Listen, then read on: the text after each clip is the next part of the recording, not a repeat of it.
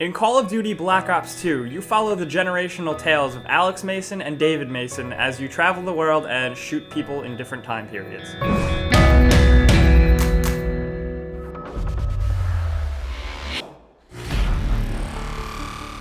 Technology got stronger, but we got weaker. We built computers, robots, whole unmanned armies, and no one ever asked what happens when the enemy steals the keys. I'm going to start this review by saying if you just automatically dismiss Call of Duty, then I don't know. There's the door. As much as we all knock these games, they're really well-made games, and Black Ops 2 is no different. Both Black Ops and Black Ops 2 were developed by Treyarch. That's the studio that makes the in-between games, in between Modern Warfare, which are developed by Infinity Ward. I happen to love Treyarch games much more. The original Black Ops was probably my favorite Call of Duty story campaign, and Black Ops 2 now has surpassed that. The story takes place in two different time periods. You're fighting in Afghanistan during the Cold War and stuff like that, and then you're in the near-distant future in 2025 fighting a massive war. It's scary how they made the war in the not-too-distant future kind of relevant through like an anonymous organization like going on Twitter and YouTube and hacking and all these different levels of intrigue that are kind of relevant, and they were implemented well enough that it wasn't hokey. It wasn't just like, the terrorists are using the internet. They did it where it wasn't in your face, and it was actually a little scary. Black Ops 2 is incredibly stylish, incredibly awesome, huge set pieces, wonderful visuals, despite the engine being like a million years old. The game runs in 60 frames per second.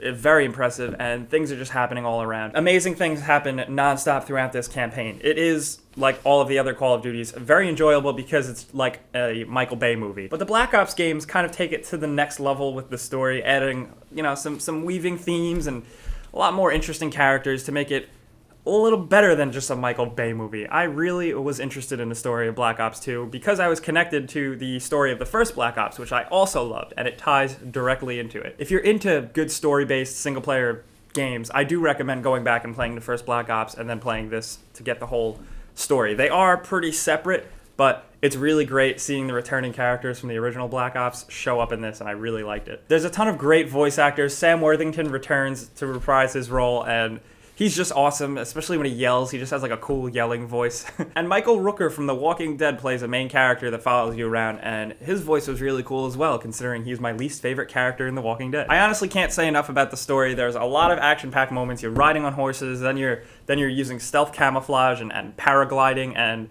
it's just one thing after another. It's nonstop. It's a lot of fun, and it's a stylish story that keeps you invested. And it's fairly long for what it is. I'd put it above a few hours longer than the original Black Ops campaign, clocking it in at I don't know, if you're good, 7-8 hours. I know that's not a lot, but considering when you have the huge multiplayer package that we're about to talk about, that's fine.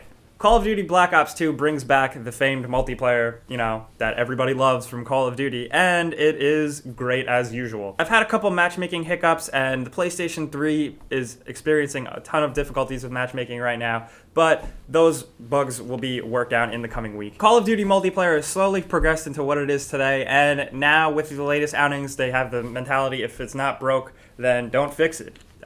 Black Ops 2 is no different. They added a lot of really great things like future tech because it is in the near future. But overall, it's still the same experience with a lot of cool weapons, and it's great. The sense of progression that really hooks people in for these games is even more pronounced in this title. You're constantly unlocking things. You're constantly getting rewards.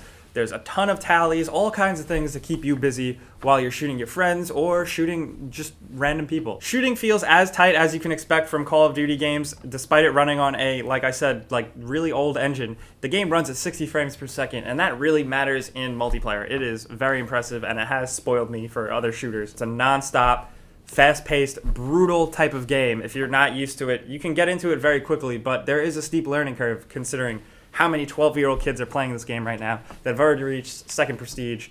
I don't know how they do it, but the ranking is there, and it's a ton of fun, and it's a great experience overall. That being said, I'm not a Call of Duty multiplayer professional. So maybe there are some changes made that you guys aren't into, so be sure to let me know that in the comments. So if it sounds like I'm singing the praises for Black Ops 2, I certainly am. I talk a lot of crap about these games, but at the end of the day, they're all well made and really great experiences from the single player to the multiplayer, and Black Ops 2 is the prime example of that. I really had a great time with the story, the way it was told, the things that happened, the action set pieces. I was hooked. And then the multiplayer, the added level of that feeling of progression, the new weapons, the new gadgets, that classic formula that we love, I continue to love it. So that's Black Ops 2. Be sure to let us know in the comments what you're enjoying the most out of this game, the single player or the multiplayer. What was your favorite part of the story? But more importantly, who's your favorite character? I really like Woods just because he's badass. Let us know what your favorite weapon is in multiplayer and stuff like that, and maybe we'll see you on there. That's pretty much it.